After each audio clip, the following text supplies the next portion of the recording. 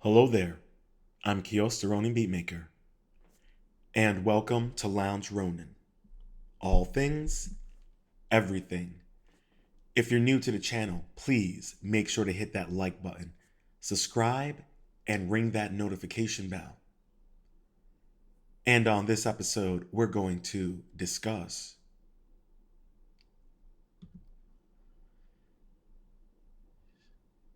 Ereshkigal, Mesopotamian goddess of the Underworld. So without further ado, let's get into it.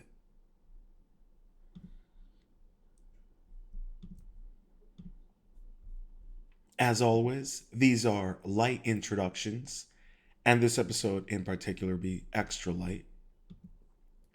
And as I always say, I implore with these light introductions, if any of this information piques your interest, please go out there and do your own research and do a little deep dive. You may be surprised at what you discover about the past and yourself. All right, this article was updated May 5th, 2018. Ereshkigal, the mighty Mesopotamian goddess of the underworld. Narmtar made his voice heard and spake. Address his words to Ereshkigal. Send me to Anu, your father, and let me arrest the god. Let me take him to you, that he may kiss you again. Excerpt from Nergal and Ereshkigal. Ereshkigal is a Chthonic goddess that is found in the mythology of ancient Mesopotamia. She is believed to have been the queen of the underworld and a very powerful deity. This may be seen in the myth known as Inanna's descent to the underworld, where Ereshkigal emerges triumphant after a confrontation with her younger sister. Inanna, who was a formidable goddess in her own right. Another myth in which Ereshkigal plays an important role is that of her marriage to Nergal. Ereshkigal's realm. The ancient Mesopotamians believed in life after death and that the souls of the dead traveled to the underworld. To the Sumerians, this place was known as Kur, whilst the Akkadians referred to it as Irkalla. This was a dark, gloomy place where the dead were believed to drink from muddy puddles and eat dust. The ruler of the Mesopotamian underworld was Ereshkigal, whose name means Queen of the Great Below, or Lady of the Great Place. Great in this instance is a reference to the vastness of her realm. The original Ereshkigal. In some myths, Ereshkigal is said to have been the daughter of Anu, the supreme god of the Mesopotamian pantheon and the personification of the sky. According to one myth, when Anu's tears, which were shed by his separated sister lover Ki, the personification of the earth, mingled with the salty water of the primeval sea goddess Namu, Ereshkigal was born. The goddess became the queen of the underworld after she was abducted by the dragon Kur, who was the half-brother of Ereshkigal. The dragon brought the goddess to the underworld, and although the gods tried to rescue her, they were not able to do so, as no one, not even the gods, were able to return from the realm of the dead. So we have an artist's illustration interpretation of Ereshkigal. Inanna's descent.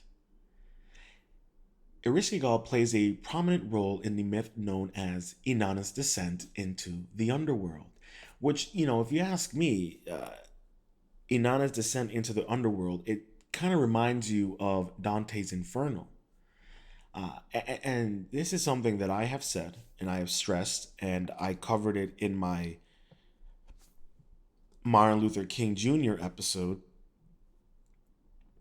that A lot of these stories that we hear in the Bible, in the Torah, a lot of them, they stem, especially in Christianity, they stem from much older religions and civilizations. A lot of Christianity is based off of the Egyptian mythology and pantheon. So I think it's interesting how Inanna's descent into the underworld kind of reminds me of Dante's descent into the underworld or Odysseus's descent into the underworld. So you can see where a lot of these more recent um, uh, epics, yeah, these more recent epic stories, uh, they're clearly getting and drawing inspiration from much other older stories and literature, and there's nothing wrong with that. But this is just something that we should all be very aware of moving forward in our studies of ancient history, ancient religions, and civilizations. I think it's something really important that people should really keep in mind because it helps to give you a level of a grounded perspective on how to approach these concepts that will at times challenge your foundational belief system. And there is nothing wrong with that. The crux of the matter is your willingness to allow your foundational belief system to be challenged, your willingness to absorb new information and allow it to aid in shaping your perspective of the world in its totality or in that one specific area. Just something I think we should all keep in mind. Let's continue. Well, let's start this over. Inanna's descent into the underworld. Ereshkigal plays a prominent role in the myth known as Inanna's descent to the underworld. The main character of this myth is Inanna, the queen of heaven, Ereshkigal's younger sister. In the myth, Inanna journeyed to the underworld to observe the funeral rites of Gugalana, Ereshkigal's husband. Although Inanna was allowed to pass through the seven gates of the underworld, Ereshkigal instructed her gatekeeper, Neti, to remove a piece of clothing or jewelry from her sister as each gate was opened. This may be interpreted as a gradual removal of Inanna's power as she progressed deeper into the realm of her sister. Finally, when Inanna reached Ereshkigal's throne room, she was completely naked and therefore powerless. After Inanna of the Dead passed judgment on her, Inanna was killed by Ereshkigal and her corpse was hung from a hook on the wall. The gods, however, succeeded in rescuing her and brought her out of the underworld alive. This is very similar to that one Greek story, and I cannot remember his name, but he travels to the underworld to get his girl back. But he makes one simple error with her on their journey back from the underworld, and she ends up getting trapped, stuck there for eternity. So the only reason why I'm bringing that up is because, like I was saying earlier, a lot of this story that we're hearing from the Sumerians, from the Mesopotamians, it was told later on by the Greeks. So this is what I'm saying is that when you look into a lot of these religious pantheons, old and modern, and relatively modern, but I think you guys are smart enough to understand what I mean by that, you realize there's a lot of inspiration here. As we're reading through this, we're like, oh, hey, that sounds kind of like Dante's Inferno, or hey, that sounds like that one Greek mythology story. I'm just saying, guys, like it's right there in front of you. Let's continue. So here we have tablets with engravings of Ereshkigal, the queen of the netherworld.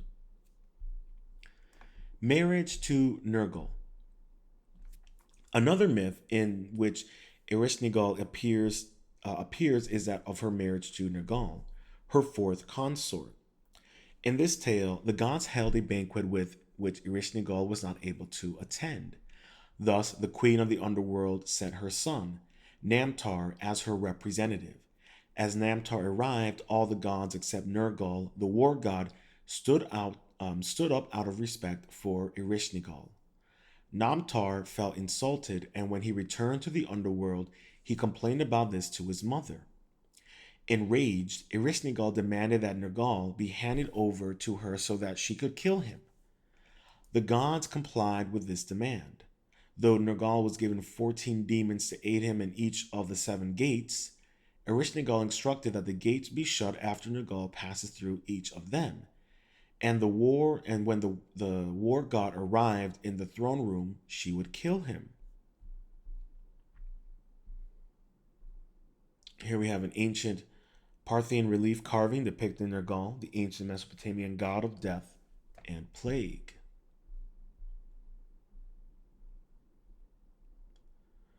Nergal, however, posted a pair of demons at each gate to keep it open.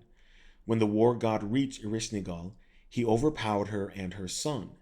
As Nergal prepared to decapitate Ereshkigal with his axe, the goddess pleaded for mercy, promising to be his wife and to share her power with him. Nergal appeared to have felt sorry for what he had done and spared Ereshkigal. Although Nergal remained with Ereshkigal in the underworld, he only did so for half a year, as he was the war god, and war is a feature of human existence that cannot be removed permanently. It's a little interesting, little philosophical thought study right there to have.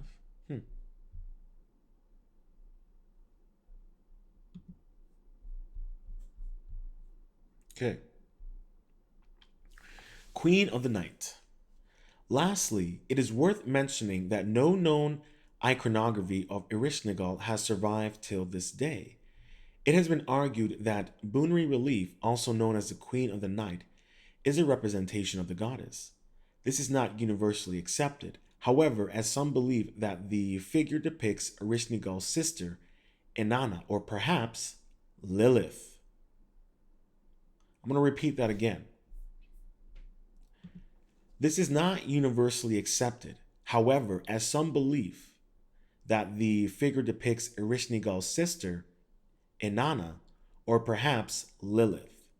Now, if you know anything about Lilith, she's, pretty prominent in Christian mythology. So this is what I'm just saying for everyone out there, like, where do you think many of the modern religions got their inspirations, their ideologies, their belief systems, their foundations? It's right there in front of you. Just take some time and do a little research, and you're into whatever Christian, whatever religious belief system you adhere to. You will be really surprised. And maybe a little concerned too. It does get a little kinky the deeper you get into some of this stuff.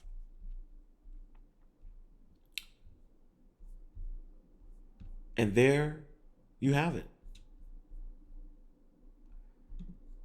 A light introduction into Ereshkigal, the Mesopotamian goddess of the underworld. Article was written by Wu Wigan. So yeah, like I said, a light introduction, a little light one for everyone for today. But like I said, a lot of these mythologies and stories come from a much earlier time period and civilizations, and there's nothing wrong with that. I'm not here trying to negatively criticize Christianity for where its roots derive from. That's not my intention here with any of these. My intention is for everyone out there to just have a much better understanding and a starting point for their own personal journeys into researching ancient civilizations and religion. And that's all this is. So, I know some people out there will be a little, critical of, certain websites I use and certain topics I talk about and the information provided. But like I always say in the end, please go out there and do your own research. I'm just here to be that stepping point. I'm just here to be that, that one shot for you, that arrow to give you that aim and to let you make up your own decisions and interpretations of this information. As I'm not here to tell you how to think or believe, I'm only here to advocate that you think and believe for yourself within an individual mindset. I hope you enjoyed this episode of Lounge Ronin. All things, everything. If you've made it this far, please make sure to hit that like button, subscribe, and ring that notification bell. And until next time, stay positive, stay focused, stay true, and much, much love.